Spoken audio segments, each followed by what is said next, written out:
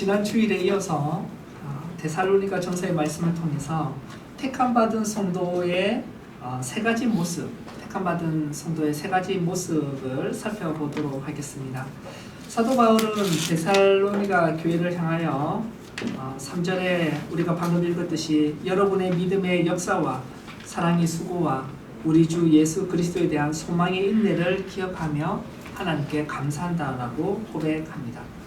믿음과 소망과 사랑은 그리스도 예수 안에서 하나님의 백성으로 부름받은 이들에게 항상 있어야 할 것입니다. 이것은 신앙의 새 기둥입니다. 그래서 그리스도인의 삶의 요약이라고 말할 수 있습니다. 개념을 단순화시키면 명확해집니다.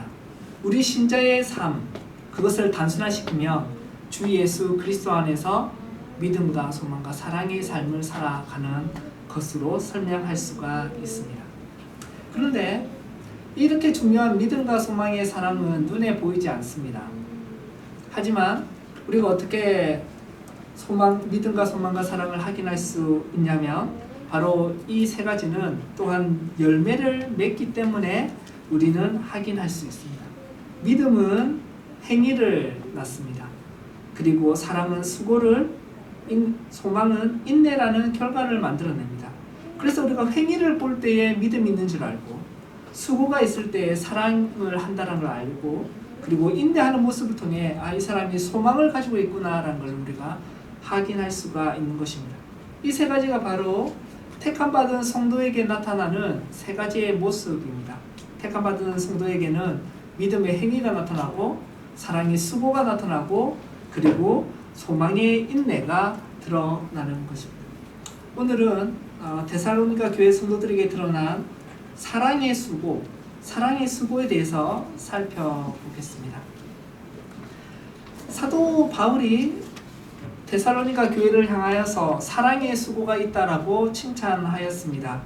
이 사랑의 수고라는 단어를 좀 더 쉽게 이렇게 풀어내면 사랑으로 말미암아 촉진되고 그리고 유발되는, 발생하는 그러한 노동을 뜻하는 것입니다. NIV 성경이, 영어 성경이 이렇게 잘 번역을 했습니다. 사랑은 수고로 이어진다라는 것입니다. 이 수고라는 단어가 코포스라는 헬라어 단어로 쓰여졌는데 이것은 바로 앞에 있는 믿음의 행위, 믿음의 역사라는 단어보다 좀 더 강한 단어입니다. 그렇죠? 믿음의 행동이라는 것은 그냥 하는 거지만 이 수고는 단순한 실천과 행동을 말하는 것이 아니라 아주 피곤하고요. 그리고 어쩌면 자기까지 희생해야 하는 헌신적인 노동을 뜻하는 것입니다. 몸을 써서 힘들게 섬기는 것. 그 사랑이라는 것은 몸을 써서 힘들게 섬기는 희생적이고 때로는 자신마저 탈진할 만큼 힘든 그런 노동을 의미하는 것입니다. 참 사랑은 이렇게 고생을 하게끔 합니다. 사랑한다라는 것은 원래 피곤한 일입니다. 우리 10대, 20대 때 우리 연애를 할 때 너를 영원히 사랑해 라고 하잖아요. 영원히 사랑한다는 말이 뭐예요? 너를 위해 영원히 막노동할게, 그 뜻입니다. 그러니까 그 의미를 모르고 서로 쓰는 거죠. 너를 위해서 영원토록 내가 엄청난 수고를 할게. 여러분, 부모가 아이에게 너를 사랑해 라고 말합니다.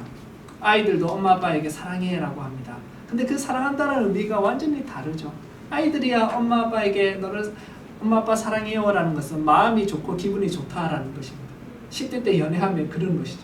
근데 부모가 아이에게 내가 너를 사랑해 라는 말은 무슨 말입니까? 내가 너를 위해 영원토록 목숨을 다 바치기까지 막노동을 할게. 사랑으로 말미암아 노동과 수고가 나오는 그것을 얘기하는 것이죠. 여러분, 데살로니가 교회에 나타난 이 사랑의 수고, 그것은 구체적으로 무엇이었을까요? 사랑의 수고. 먼저는 하나님을 향한 사랑의 수고가 있었습니다. 하나님을 향한 사랑의 수고가 있습니다. 이것은 환난 속에서도 기쁨으로 말씀대로 살아가는 것을 나타냅니다. 데살로니가 전서 1장 6절에서 7절에 나타나 있습니다. 제가 한번 읽겠습니다. 또 너희는 많은 환난 가운데서 성령의 기쁨으로 말씀을 받아 우리와 주를 본받는 자가 되었으니 그러므로 너희가 마게도냐와 아가야에 있는 모든 믿는 자의 본이 되었느니라. 데살로니가 교회는 신자들은 환난 가운데서 고난에 직면하면서도 계속해서 복음의 말씀에 따라 살았다라는 것입니다. 하나님께 충성하였습니다. 이것은 우리가 지난 주일에 다뤘던 믿음의 행위와 관련이 있는 것이죠. 우상을 버리고 하나님을 섬깁니다. 말씀으로 신자의 삶을 계속해서 개혁해 나갑니다. 그리고 거룩한 삶을 살고자 몸부림칩니다. 이것은 바로 하나님을 사랑하고 그리스도께 충성하는 모습을 보여주는 수고라는 것이죠. 우리가 그냥 데살로니가 교회 신자들은 그냥 하나님을 사랑합니다, 예수님 사랑합니다 이렇게 말만 하고 노래만 부른 것이 아니라 사랑의 수고를 하였습니다. 고난을 받으면서도 배교하지 않았고 예수님께 신실했던 것입니다. 이것을 두고 사도 바울은 우리와 주를 본받는 자가 되었다라고 그렇게 말합니다. 그 사도 바울의 선교팀이 바로 사랑의 수고를 했고 우리 주 예수님이 우리를 위하여 사랑의 수고를 하신 것이죠. 사도 바울 선교팀은 어떤 수고를 했습니까? 복음을 위해 때때로 자비량으로 일하며 옥에 갇히고 밤낮으로 애쓰는 삶을 살았습니다. 제가 사도 바울의 이야기를 몇 개 하겠습니다. 한번 들어보십시오. 고린도전서에 이렇게 말합니다. 내가 다른 사도들보다 더 많이 수고하였고 수고를 넘치도록 하고 옥에 갇히기도 더 많이 하며 수고하며 애쓰고 여러 번 자지 못하고 줄이며 목마르고 여러 번 굶고 춥고 헐벗었노라. 수고라는 단어가 끊임없이 나옵니다. 형제들아, 데살로니가전서 2장 9절에도 이렇게 말합니다. 형제들아, 우리의 수고와 애쓴 것을 너희가 기억하나니. 사도 바울의 선교팀은 수고를 하였습니다. 왜요? 하나님의 복음을 전하기 위하여 또한 데살로니가 교회를 사랑하기 때문에 주를 사랑하고 교회를 사랑하기 위해서 수고를 한 것입니다. 이것은 우리 주 예수님의 모습을 본받는 것입니다. 하나님이 이렇게 말씀하시죠. 하나님이 이 세상을 사랑하사 끝나는 것이 아니라 독생자를 주신 것입니다. 독생자를 준 사랑했기 때문에 나는 너를 영원히 사랑해라고 끝난 것이 아니라 독생자를 주셨습니다. 독생자를 주는 사랑의 수고가 있었던 것이죠. 이 독생자 예수님의 삶 자체가 또한 하나님께 충성되는 수고의 삶입니다. 예수님께서 이렇게 말씀하십니다. 나의 양식은 나를 보내신 이의 뜻을 행하며 그의 일을 온전히 이루는 것이다. 요한복음 4장에서 말씀하십니다. 예수님이 하신 말씀이 뭐예요? 내 양식은 나를 보내신 하나님 아버지의 뜻을 온전히 행하는 것이다. 아버지께서 내게 하라고 주신 일을 내가 이룬다. 이렇게 말씀하십니다. 어느 때까지 이루십니까?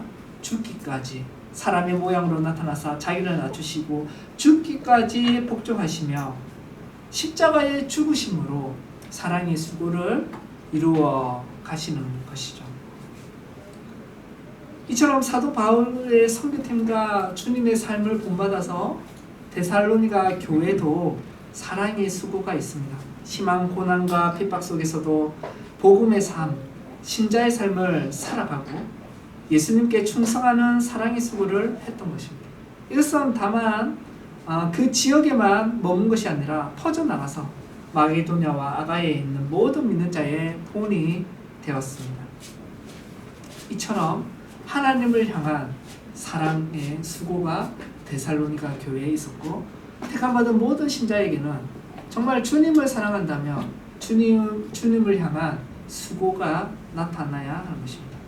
두 번째로 데살로니가 교회에게는 교회를 향한 사랑의 수고가 있었습니다. 형제 사랑이죠. 형제 사랑. 형제 사랑에 대한 사랑의 수고가 있었습니다. 교회의 신자들끼리, 교회를 이루는 신자들끼리 사랑의 수고를 했던 것입니다. 데살로니가전서 4장 9절에서 12절, 제가 설교 노트에도 있습니다. 성경도 찾으셔도 됩니다. 제가 한번 읽겠습니다. 9절의 말씀입니다. 4장 9절. 형제 사랑에 관하여는 너희에게 쓸 것이 없음은 너희들 자신이 하나님의 가르침을 받아 서로 사랑함이라. 너희가 온 마게도냐 모든 형제에 대하여 과연 이것을 행하도다. 형제들아 권하노니 더욱 그렇게 행하고 또 너희에게 명한 것 같이 조용히 자기 일을 하고 너희 손으로 일하기를 힘쓰라. 이는 외인에 대하여 단정히 행하고 또한 아무 궁핍함이 없게 하려 함이라. 형제 사랑에 대해서는 정말 쓸 것이 없다라고 말할 정도로 데살로니가 교회가 형제 사랑을 하며 수고를 했습니다. 그들의 수고라는 것은 성도들을 정서적으로 영적으로 돌보고 그리고 또한 물질적으로 돌보는 것이죠. 교회에서 영적으로 돌보는 일을 장로가 합니다. 가르치는 장로, 목사와 다스리는 장로, 일반적인 여러분 생각하는 장로가 해야 될 일은 영적으로 돌보는 것입니다. 물질적으로 돌보는 일은 누가 합니까? 집사 직분을 받은 자가 교회를 물질적으로 돌보는 것이죠. 이렇게 물질적으로 영적으로 서로 섬기는 것을 열심히 하였습니다. 이것은 데살로니가 교회 안에만 국한되지 아니하고 다른 교회의 성도들까지도 사랑하는 일에 확대되었습니다. 정말 대단한 것이죠. 사랑은 수고로운 것입니다. 힘든 것이고 귀찮은 것입니다. 또한 그렇게 힘든데도 불구하고 도와주지 않고 사랑은 또한 시험에 들기도 합니다. 시험에 들기도. 데살로니가 교회가 그랬습니다. 데살로니가 교회가 얼마나 서로를 잘 돌보았든지 이것을 악용하여서 일을 안 하는 사람들이 나타나기 시작했습니다. 물론 신학적으로 예수님이 금방 오실 거라고 생각을 하면서 잘못된 종말을 가지고 그래 예수님 오실 것인데 내가 일할 필요가 있겠냐라는 생각도 있었고 또한 일을 안 하고 가난하게 힘들게 있을 때 보니까 성도들이 서로 도와주고 보살펴 주는 겁니다. 내가 일을 안 해도 그래 나는 예수님 오실 거라고 믿고 기도만 하고 있겠다. 일을 안 하고 있으니까 성도들이 도와주거든요. 사랑해 주거든요. 구제비를 보내주거든요. 그러니까 그것을 어떻게 해요? 악용하는 것이죠. 악용하는 것이죠. 그것을 볼 때 데살로니가 교회 성도들에게 얼마나 큰 시험이 또한 됐겠습니까? 그래 형제를 사랑해서 수고로이 자기 물질을 내어놓아 돕고 보살펴 주는데 이 사람은 일을 할 생각을 하지 않는 것이죠. 그러한 시험에 들기도 합니다. 이에 대하여 데살로니가 교회를 향해 사도 바울이 게으른 사람들에게 훈계하도록 그렇게 말하는 것이죠. 사도 바울은 사랑의 수고가 멈추면 안 된다고 더욱 수고할 것을 말합니다. 그것이 데살로니가 전서 5장 14절에서 15절에 나타납니다. 제가 한 번 더 5장 14절과 15절을 읽겠습니다. 또 형제들아 너희를 권면하노니 게으른 자들을 권면하며 훈계하며 또한 마음이 약한 자들을 격려하고 힘이 없는 자들을 붙들어주며 모든 사람에게 오래 참으라. 상가 누가 누구에게든지 악을 악으로 갚지 말게 하고 서로 대하든지 모든 사람을 대하든지 항상 선한 것을 추구하라. 따르라 이렇게 말합니다. 그렇죠? 형제 사랑은 수고로운 일이고 괴로운 일인데 때로는 그 사랑이 시험에 든다라는 것입니다. 사랑을 받는 사람들이 그것을 당연하게 생각하기도 하고 그것을 이용하기도 합니다. 이거는 다만 교회뿐만 아니라 교회 밖에서 이웃을 사랑하는 일에도 그대로 적용됩니다. 세상에서는요 착하고 도와주는 사람을 우습게 본다라는 이야기가 많이 있습니다. 그래서 심리학적이고 인간관계에 대한 부분을 보십시오. 착한 사람 되지 마라. 그러면 이용당한다. 그렇게 말을 하죠. 교회 안에서도 그런 시험에 들 수 있습니다. 사랑의 수고를 하면 그것을 당연하게 생각하면서 받는 사람들도 너무나 많이 있습니다. 그것을 인하여서 낙심할 수 있습니다. 그때에 게으른 사람은 권면하고 하지만 그렇다 해서 사랑의 수고를 멈추지 말고 마음이 약한 자들을 격려하며 또한 모든 사람에 대해서 오래 참고 악을 악으로 갚지 말고 저 사람이 내가 선을 행하니까 악을 갚네? 그러니까 나는 그 악을 받았으니까 악으로 갚겠다. 그렇게 하지 말고 누구를 대하든지 항상 선한 것을 따르라 라고 그렇게 말합니다. 형제 사랑의 수고가 있는데 그것을 멈춰서는 안 된다라는 말씀입니다. 그러므로 여러분 택함받은 신자에게 나타나는 사랑의 수고의 한 부분은 하나님 사랑뿐만 아니라 이웃 사랑, 형제 사랑입니다. 이 사랑 수고롭고 힘듭니다. 시험에 들게까지 합니다.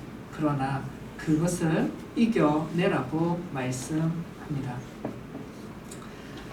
사랑하는 성도 여러분, 결론적으로 데살로니가 교회에는 사랑의 수고가 있었습니다. 먼저는 하나님을 향한 사랑의 수고였죠. 환난 속에서도 기쁨으로 복음을 따라 성도의 삶을 그들은 살아갔습니다. 적용해 봅시다. 여러분은 하나님을 사랑하십니까?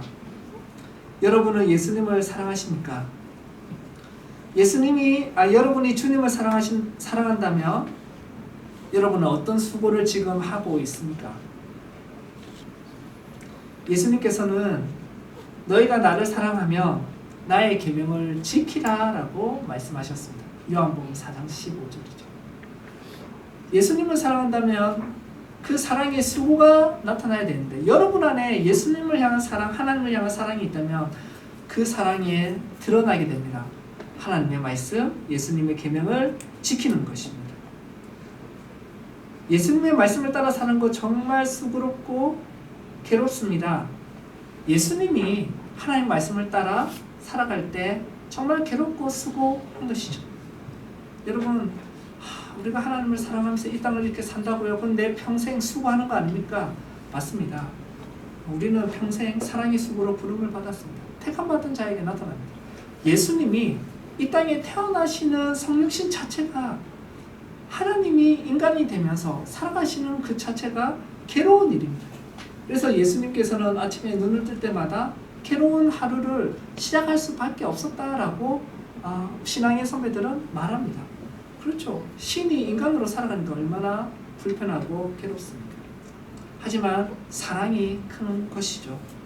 예수님께서는요, 내가 아버지의 계명을 지켜 그의 사랑 안에 거하는 것 같이 너희도 내 계명을 지키며 내 사랑 안에 거한다라고 말씀하셨습니다. 요한복음 15장의 말씀입니다. 예수님께서는 하나님의 말씀을 지킴으로써 하나님의 사랑 안에 거하는 기쁨이 있었습니다. 계명을 지키는 일은 수고는 힘들지만 하나님으로부터 받는 사랑은 훨씬 더 컸던 것이죠.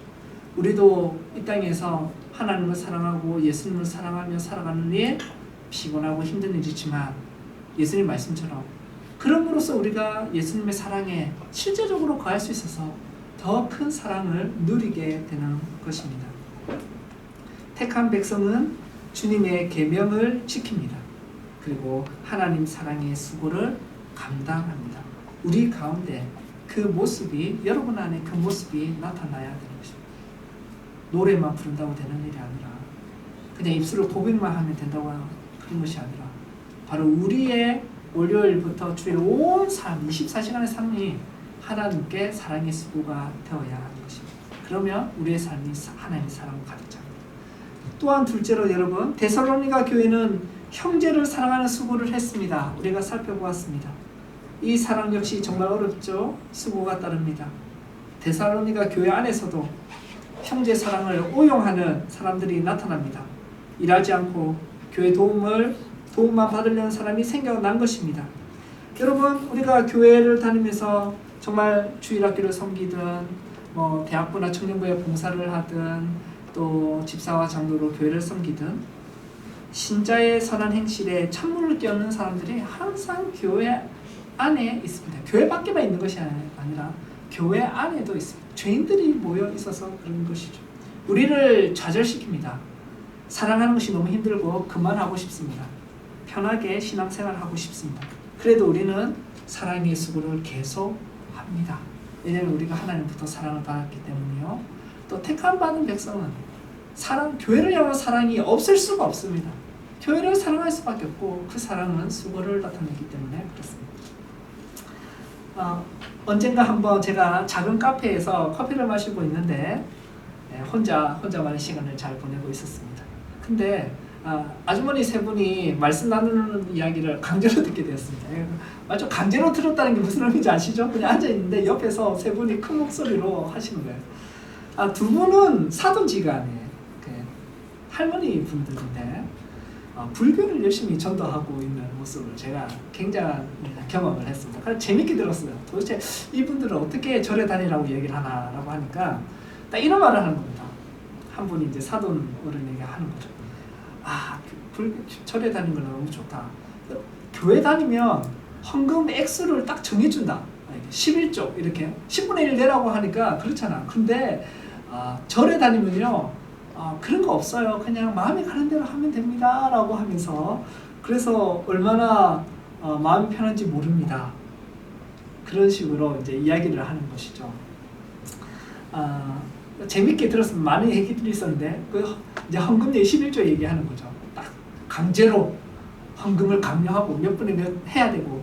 근데 절에 다니면 그냥 있으면 있는 대로 없으면 없는 대로 이렇게 보시한다고 조금 편안하게 하면 됩니다라는 얘기로 이제 절에 오십시오라고 이제 이렇게 이제 전도를 하더라고요. 그러니까 제가 그 얘기를 들으면서 하나 더 절하면 하나 더 붙이기 있더라고요. 왜냐하면 여러분 교회 가면요 매주일 사람한테 시달립니다. 삐지고 서로 싸우고 난리도 아닙니다. 근데요 절은요 얼마나 좋은지 몰라요. 절은 가고 싶을 때 그냥 가고, 맞죠? 가서 뭐 특정 시간에 사람을 꼭 만날 필요도 없습니다. 그리고 너 참 인상 좋은 우리 스님 만나가지고 그냥 덕담도 있고 인사하고, 그렇게 잠깐 만나고 혼자 부처님께 절하고 믿으면 됩니다. 얼마나 좋은지 모릅니다. 근데 교회 다니는 사람들한테 이야기해보세요. 서로 싸워서 뭐 누구 보기 싫어서 교회 안 다니고 이런 사람들 너무 많잖아요. 그러니까 절이 참 좋습니다. 이렇게 말을 저는 덧붙이겠습니다. 여러분은 서로 상처 주고받고 마음 상할 일이 많은 교회 왜 다닙니까? 11조 내라고 강요하는 교회를 왜 다니십니까? 뭐 11조를 안 내더라도 최소 헌금할 때 수입의 10분의 1은 내야 된다. 그것이 하나님 우리에게 가르쳐 주신 거다라는 그런 말을 들으면서 왜 교회 다니십니까? 헌금과 11조 때문에 교회 못 가겠다는 사람이 많은데 여러분은 왜 다닙니까? 여러분 호구입니까? 호구라는 것은 바둑 용어라고 하더라고요. 욕이 아닙니다, 여러분. 어수룩하고 남에게 이용당하는 사람을 비유할 때 바둑 용어를 호구라고 말을 합니다. 여러분은 어수룩하고 뭔가 모질하고 남에게 이용당하기 쉬운 사람이라서 교회 다니면서 그 10분의 1도 내고 헌금도 하고 그렇게 다닙니까? 여러분 11조 잠깐 이야기를 하겠습니다. 11조는 하나님께 드리는 의미가 있죠. 내가 받은 모든 것이 주님의 것이라는 표현으로 하나님께 드립니다. 또한 이것을 간단히 설명하면 형제의 사랑의 표현으로 11조를 설명할 수 있습니다. 11조를 한다는 거, 연보를 한다는 것은 내가 이 공동체 일원으로 책임을 지는 자로서 서겠다라는 신앙의 표현이죠. 그래서 어떤 교회들은, 많은 교회들이 직분자를 선출할 때, 일반 성도들은 모르겠지만 직분자를 선출할 때, 장로로 선출하고 할 때 11조를 내는가를 확인합니다. 이것은 그 공동체를 사랑하고 수고하는 일을 감당하는 것입니다. 액수가 중요한 것이 아니라 사람마다 다르잖아요. 형편도 다르고 능력도 다릅니다. 직업도 다르고 다 달라요. 하지만 수입이 없을 때는 또 11조를 안 해도 됩니다. 빚을 갚아야 되고 수입이 없을 때는 11조를 안 해도 됩니다. 이런 분은 오히려 교회 11조로부터 구제 헌금으로 도움을 받아야 되는 것이죠. 하지만 수입이 있을 때 나의 수입을 10분의 1을 하나님께 드림으로써 뭐 합니까? 하나님 가족 공동체의 살림살이를 내가 나의 능력 안에서 감당하겠습니다. 짐을 지겠습니다 라는 것이잖아요. 그래서 미국의 개혁교회 가운데는 11조가 없습니다. 그 대신에 헌금을 어떻게 하냐면 1년의 예산, 우리 하나님의 식구들이 1년을 살아갈 때 필요한 돈을 딱 정리를 합니다. 예산을 짭니다. 그리고 그것을 가정별로 나눕니다. 그래서 연보와 헌금이 분담금입니다. 물론 이제 가정 형편에 따라서 우리가 이것을 다 감당할 수 없습니다. 또 어떤 분은 우리는 더 감당할 수 있습니다. 이렇게 해서 서로 살림살이를 어떻게 해요? 감당하고 분담하는 것이 개혁교회에서의 연보의 한 모습이고 11조도 그런 것입니다. 여러분이 속한 교회에 11조를 낸다는 건 무엇입니다. 왜냐하면 이것으로 우리 교회의 살림을 살아가는 일에 제가 제 능력 안에서 감당하겠습니다. 여러분 누구는 빚을 내서라도 11조 해야 된다. 그래야 복받는다 하는데 그건 아닙니다. 여러분 오히려 11조를 가지고 뭘 합니까? 교회 운영하는 데 있어서 직분자 특별히 전임인 목사의 생활을 보태고 또 교회 식사와 전기와 또 교육하는 모든 비용을 보태고 또한 뭘 합니까? 가난하고 어렵고 도움이 필요한 사람들에게 어떻게 구제를 하고 그렇게 돈이 쓰이는 것이죠. 그래서 그것을 알지 못하고 내가 그냥 헌금 있는 거 하고 싶지 않아. 교회는 돈을 강요해. 이 말은 무슨 말입니까? 형제 사랑의 의미를 사실은 몰라서 하는 얘기죠. 몰라서 하는 얘기죠. 여러분 가족이면 분담하잖아요. 부모님 칠순잔치에 명절에 모이고 잔치를 하면 형제들이 나눠서 분담합니다. 형편에 따라 하는 것이죠. 근데 내가 하지 않겠다. 돈이 없어서가 아니라 아까워서 못 내겠다. 이 말은 사실은 가족이 아니죠. 가족이 아닌 사람들에게 부모님 칠순잔치 하는데 분담금이 필요합니다. 내세요. 이런 얘기 하지 않잖아요. 가족은 그렇게 하는 것이죠. 교회의 연보는 사랑의 수고입니다. 사랑의 수고. 연보라는 말 자체가 헌금은 돈을 바친다라는 뜻이지만 연보는 내 것을 내어서 형제를 돕는다라는 뜻이죠. 그래서 내가 좀 더 가난해지죠.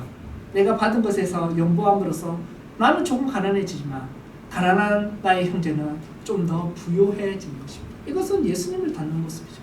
예수님은 하늘 보좌를 버림으로 가난해지셨는데 그러므로 우리를 부유케 하시는 것입니다. 여러분 연보뿐만 아니라 힘든 사람을 만나는 거 그거요 교회니까 그런 것입니다. 교회니까 그런 것입니다. 한국은 계층 간의 심화가 점점 커가고 또한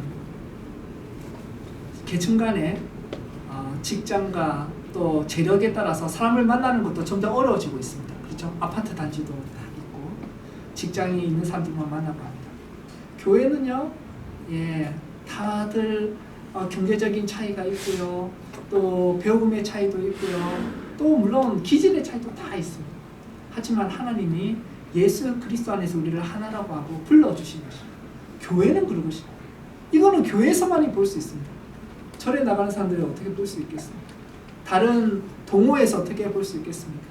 여러분 다 잘라낼 사람 잘라내고요, 만날 사람들 만나면 요즘에는 연애도 아파트 단지 안에서 한다고 하더라고요. 아파트 단지 안에서 한 20억, 30억, 40억짜리 아파트 사는 사람들 안에서 우리가 결혼 정보회사가 이루어져서 같은 배경에서 자란 사람들끼리 만날 수 있도록 그런 게 일상의 그냥 이 세상의 모습입니다. 그게 현실이죠.